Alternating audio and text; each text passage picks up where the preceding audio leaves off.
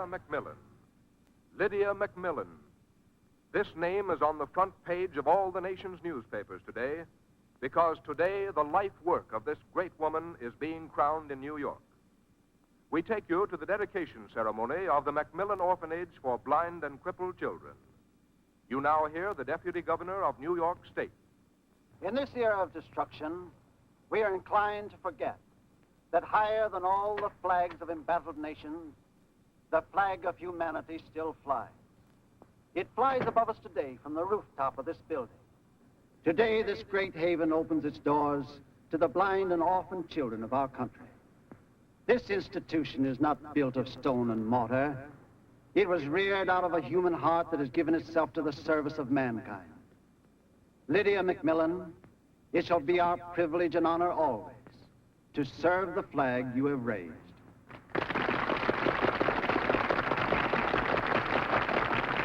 Sorry, but I'm afraid Miss MacMillan can't see anybody just now. She'll be too tired. Who'll be too tired? Do you think a few silly speeches make me tired? What do you want?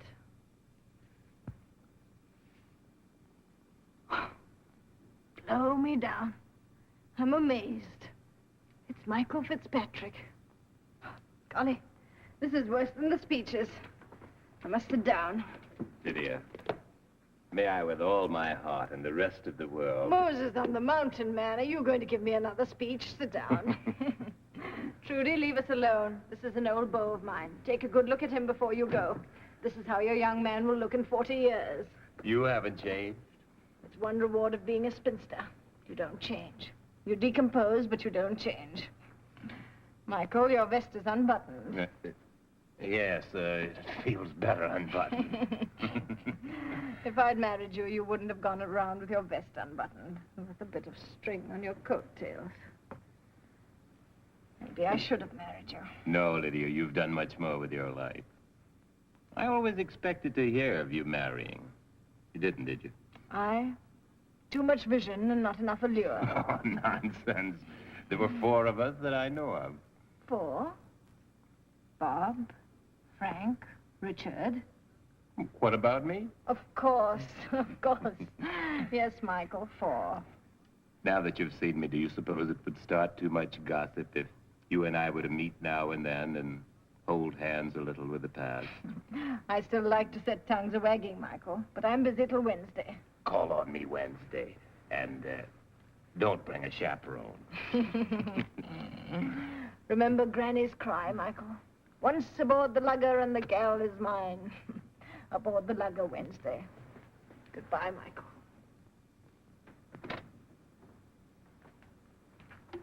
Lydia. Hello, Michael. I'm glad you came. Wild horses couldn't have kept me away.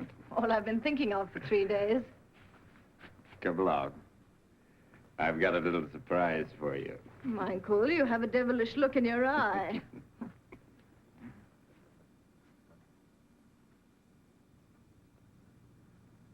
Well, well, blow me down. Is this Central Park West or the land beyond the moon? I expected this to happen after I was dead.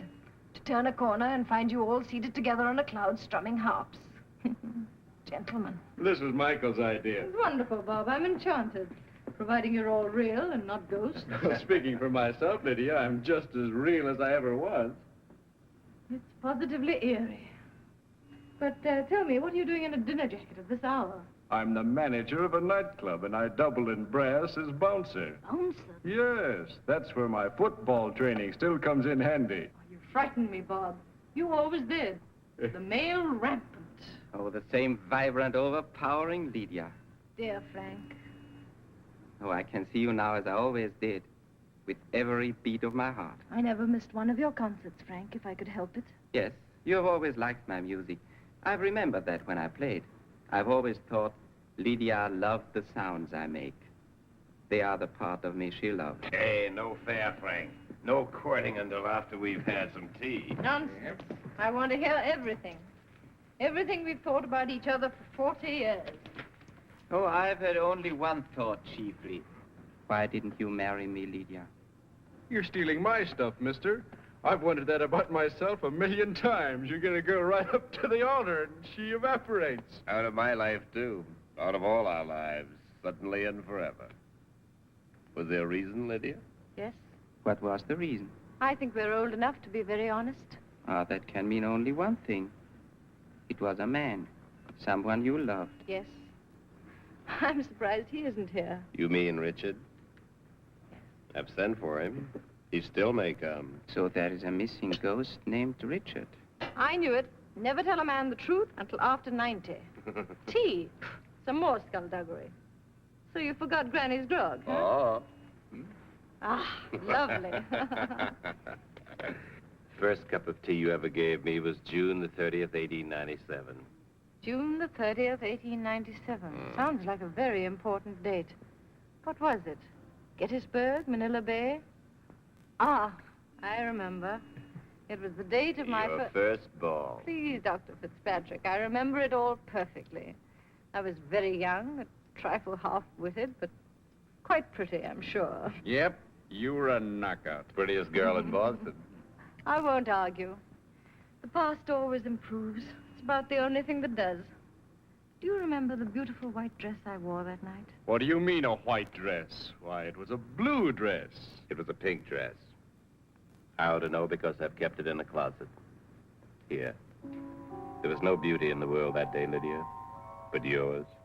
Granny! Granny! Granny! Shh, Miss Lydia. Your grandmother's in there with the doctor. Oh, golly, what a nuisance. There's no more wrong with Granny than there is with me. Miss Lydia. There isn't. Golly, everyone knows it. I'm going to show her my new dress. Isn't it beautiful? Granny!